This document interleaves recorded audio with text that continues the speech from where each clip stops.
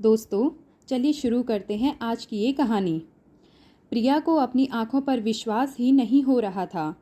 दरवाजे की झिर्री से आंख सटाकर उसने ध्यान से देखा तो जेठ जी को अपनी ओर देखते उसके होश फाख्ता हो गए। अगले ही पल उसने थोड़ी सी ओट लेकर दरवाजे को झटके से बंद किया, मगर थोड़ी देर बाद ही चर्र की आवाज़ के साथ चरमराते दरवाजे की झिर्री फिर जस की तस हो गई। तनिक ओट में जल्दी से कपड़े पहन प्रिया बाथरूम से बाहर निकली। सामने वाले कमरे में जेठ जी जा चुके थे। प्रिया का पूरा शरीर थर्रा रहा था। क्या उसने जो देखा वह सच है? क्या जेठ जी इतने निर्लज्ज भी हो सकते हैं? अपने छोटे भाई की पत्नी को नहाते हुए देखना, छी, उन्होंने तो मर्यादा की सभी सीमाएं लांघ ली। प्रिया सोचती जा रही थी, कितनी बार उसने मयंक से इस दरवाजे को ठीक करवाने के लिए कहा था, लेकिन हर बार बात आई गई हो गई थी। एक तो पुराना दरवाज़ा, उस पर टूटी हुई कुंडी बार बार कसकर लगाने के बाद भी अपने आप खुल जाया करती थी। उसने कभी सोचा भी नहीं था कि उस झिर्री से उसे कोई इस तरह देखने का यत्न कर सकता है।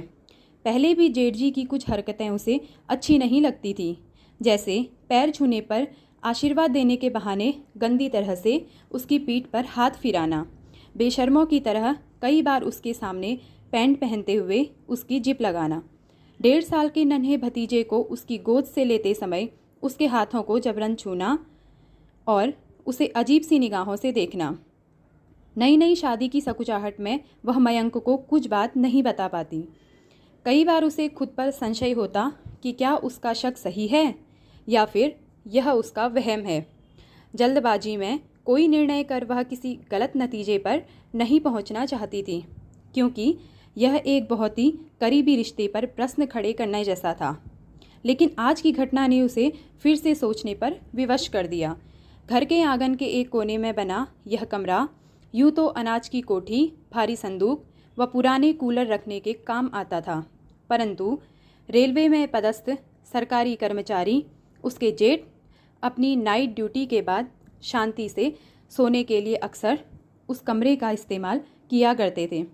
हालांकि घर में 4-5 कमरे और थे, लेकिन जेठ जी इसी कमरे में पड़े एक पुराने दीवान पर बिस्तर लगाकर कभी भी सो जाया करते थे। इस कमरे से आंगन में बने बाथरूम का दरवाज़ा साफ दिखाई देता था। आज सुबह भी ड्यूटी से आने के बाद जेठ जी इसी कमरे में सो गए थे। उनकी बदनीयती से अनभिज्ञ प्रिया सुबह के सभी कामों को निपटाकर बाथरूम में नहाने चली आई। प्रिया के मन में भारी उथल पुथल मची थी। क्या इस बात की जानकारी उसे मयंक को देनी चाहिए या अपनी जेठानी से इस बारे में बात करनी चाहिए? लेकिन अगर किसी ने उसकी बात पर विश्वास नहीं किया तो? मयंक तो अपने बड़े भाई को आदर्श मानता है और भाभी वह कितनी भली महिला है। अगर उन्होंने उसकी बात पर विश्वास कर भी लिया तो बेचारी ये जानकर कितनी दुखी हो जाएगी। दोनों बच्चे तो अभी कितने छोटे हैं। नहीं नहीं, यह बात घर में किसी को नहीं बता सकती। अच्छा भला घर का माहौल खराब हो जाएगा। वैसे भी साल 6 महीने में मयंक की नौकरी पक्की होते ही वह यहाँ से उसके पास चली जाएगी। हाँ, इस बीच अगर जेठ जी ने दोबारा कोई ऐसी हरकत की तो वह उन्हें मुंह तोड़ जवाब देगी। यह सोचते हुए प्रिया अपने काम पर लग गई। प्रिया काफ़ी समझदार व अच्छे विचारों वाली लड़की थी।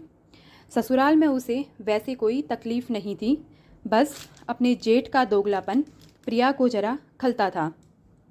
सबके सामने प्यार से बेटा बेटा कहने वाले जेठ जी जरा सी ओट मिलते ही उसके सामने कुछ अधिक ही खुलने का प्रयास करने लगते, जिससे वह बड़ा ही असहज महसूस करती। होली वाले दिन मोहल्ले में सुबह से ही बच्चों की धमाचौकड़ी शुरू हो गई थी। प्रिया भी सुबह जल्दी उठकर भाभी के साथ घर के कामों में हाथ बटाने लगी। जल्दी जल्दी हाथ चला प्रिया, 10-11 बजे से मोहल्ले की औरतें धावा बोल देंगी। कम से कम खाना बन जाएगा तो खाने पीने की चिंता नहीं रहेगी। जेठानी की बात सुन प्रिया दोगुनी फुर्ती से काम में लग गई। थोड़ी ही देर में पूड़ी कचौड़ी, दही वाले आलू, मीठी सेवइयाँ और अरबी की सूखी सब्जी बनाकर दोनों देवरानी जेठानी तैयार हो गई। भाभी, मैं जरा इनको देख कर आती हूँ, उठे या नहीं? हाँ जा, पर जरा जल्दी करना, माला मुस्कुराते हुए बोली।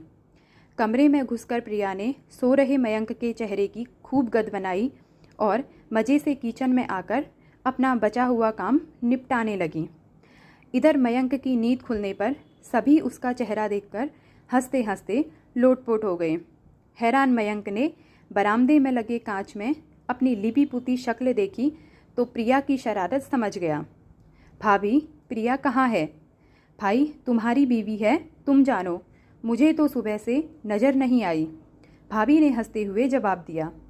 बताता हूँ उसे, ज़रा मिलने दो, अभी तो मुझे अंदर जाना है। हाथ से फ्रेश होने का इशारा करते हुए वह बाथरूम में चला गया। प्रिया भाभी के कमरे में छिपी थी। फ्रेश होकर मयंक ने ब्रश किया और होली खेलने के लिए बढ़िया सफ़ेद कुर्ता, होली खेलने के लिए पजामा पहना। भाभी, नाश्ते में क्या बनाया है? बहुत ज़ोरों की भूख लगी है, फिर दोस्तों के यहाँ होली खेलने भी जाना है, मयंक ने भाभी से कहा। इस बीच उसकी निगाहें प्रिया को लगातार ढूंढ रही थी। मयंक ने नाश्ता खत्म किया ही था कि भतीजी खुशी ने उसके कान में कुछ कहा। अच्छा, मयंक उसकी उंगली थामे उसकी बताई जगह पर आंगन में आ खड़ा हुआ। बताओ कहाँ है चाची? पूछने पर 1 मिनट चाचा कहती हुई खुशी उसका हाथ छोड़कर फुर्ती से दूर भाग गई। इतने में पहले से ही छत पर खड़ी प्रिया ने रंग से भरी पूरी की पूरी बाल्टी मयंक पर उड़ेल दी। ऊपर से अचानक होली के रंगों की बरसात में बेचारा मयंक पूरी तरह नहा गया। उसकी हालत देखकर एक बार फिर पूरा घर हंसी से गूंज उठा। ठहरो, अभी बताता हूँ तुम्हें, कहते हुए मयंक जब तक छत पर पहुँचा प्रिया गायब हो चुकी थी। इतने में बाहर से मयंक के दोस्तों का बुलावा आ गया। ठीक है, मैं आकर तुम्हें देखता हूँ।